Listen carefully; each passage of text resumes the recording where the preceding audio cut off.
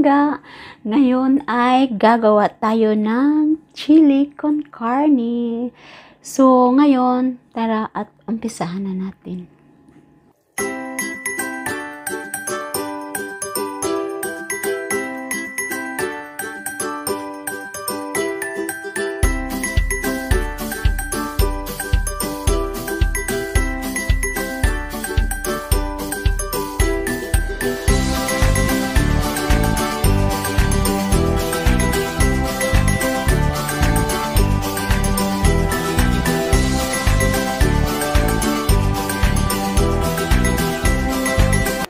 So, ayan mga langga, yung ating giniling ay ilagay natin sa kaldero at ating lulutuin.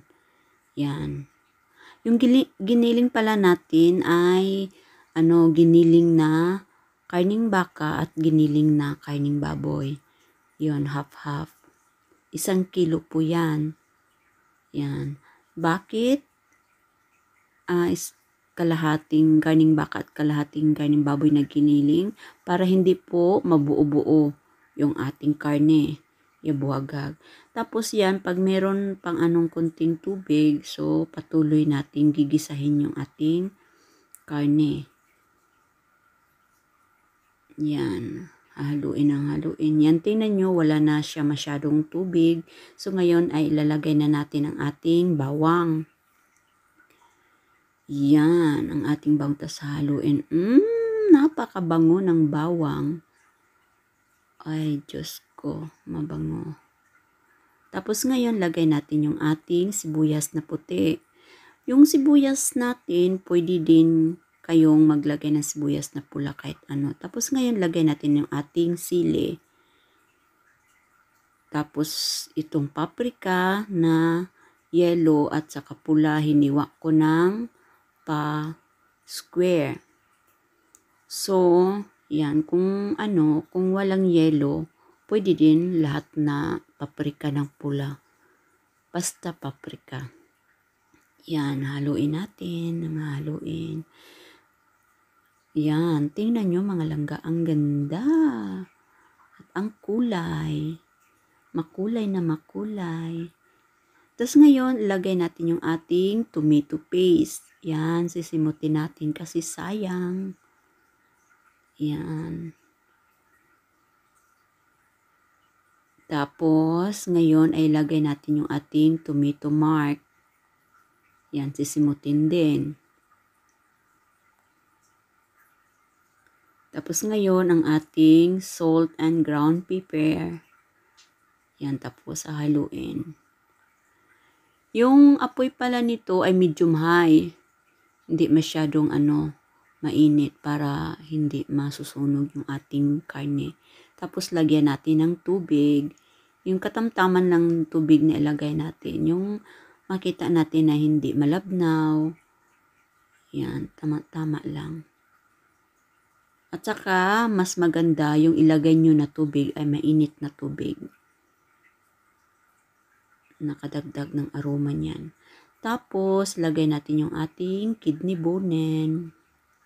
At saka yung ating mais.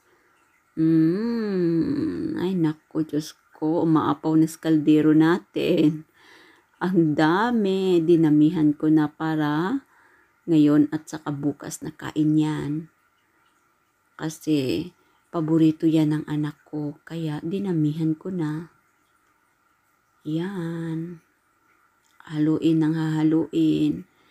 Tapos, ngayon, ay pakita ko sa inyo ang kagandahan. Yan. Ay, mga langga, nilagyan ko pala ng konting tubig kasi medyo, na siya.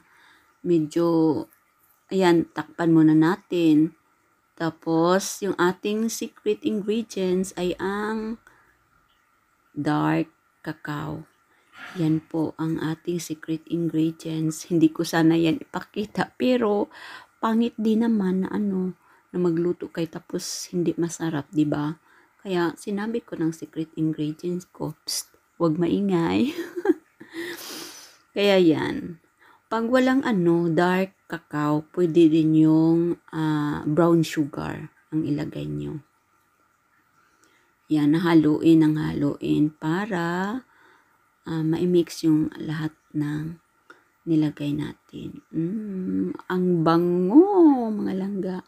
Ay, nilagyan ko pala ng tubig kasi pag medyo na siya, wala ng tubig, lalagyan nyo ng konting tubig.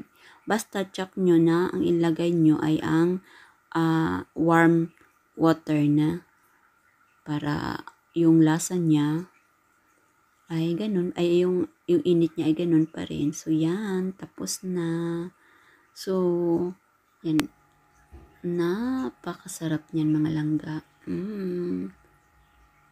Ayan. Oh, napakasarap. Try nyong iluto niyan sa bahay ninyo. Napakasarap, hindi kayo magsisisi.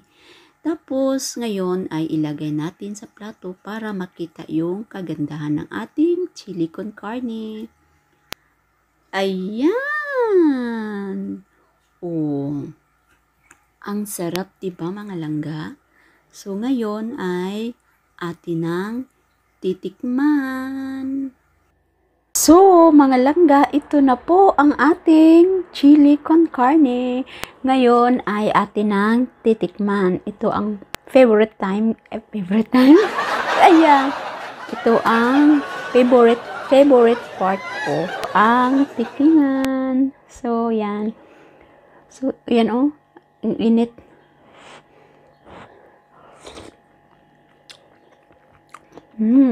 Sarap. Maanghang-anghang. Tapos sarap, masarap siya. Init. Mainit.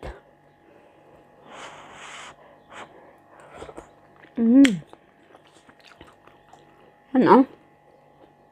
Ayan. Tapos, pwede din itong ipares sa rice. Masarap din. So, mga langga, dito na nagtatapos ang ating video. At kung sino po ang hindi nakapag-subscribe sa aking channel, don't forget to subscribe, Pipay Vlogger. God bless all. Mabuhay tayong lahat. Take care. I love you all.